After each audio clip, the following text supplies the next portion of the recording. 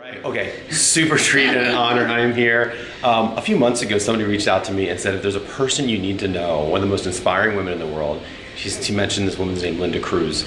I am here at a conference. Linda is not even speaking at this conference, a completely random encounter.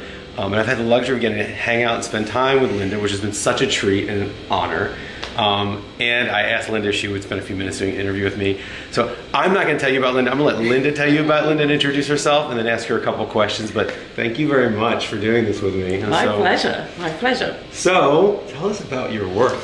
Okay, so for the last 20 years, I've been an international humanitarian aid worker. Literally working from the snowy Himalayas to the deserts of the Sahara to the jungles of the Amazon. Generally post major catastrophic disasters, Asian tsunami, Pakistan earthquake, typhoons, war, wherever there's a big problem, that's where I go. So the big phrase is when everyone else is running out, I'm running in. It's a bit crazy. Prince Charles is my mentor, and he was the and he was the one that really taught me the model that I've always used.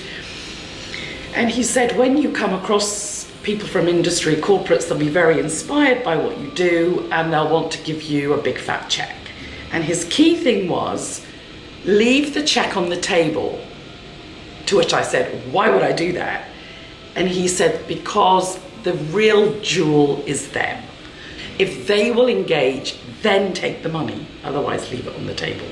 The long term is the person.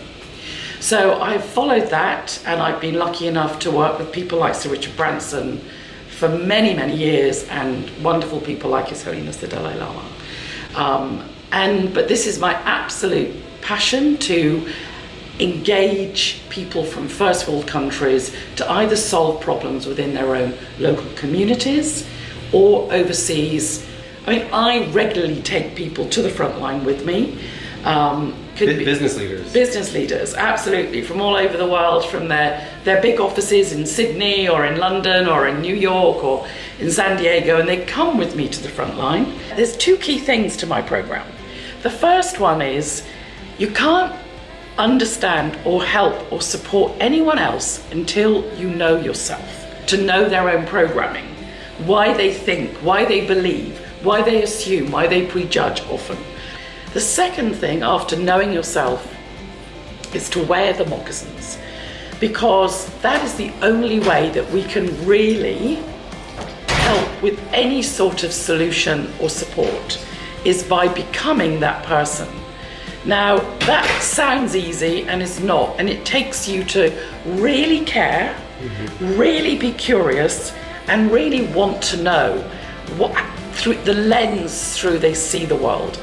It sounds like those same two things can be applied in today, in our workplaces, every day. Completely. I mean, it's an absolute parallel, because so easily, if people feel they're not being heard properly, the barriers come down in a nanosecond. And that's exactly the same, whether you're in an office situation anywhere in the first world, it's exactly the same. Well, thank you so much. I don't often give hugs on my but I'm giving a hug. I'm so happy I got to meet Linda. If you don't know about her, please go check her out. She's changing the world. She's doing the stuff we all talk about. So I look forward to seeing how we can partner together and amplify each other's work. So thank you so much. Thank you so much. Bye-bye. Bye-bye.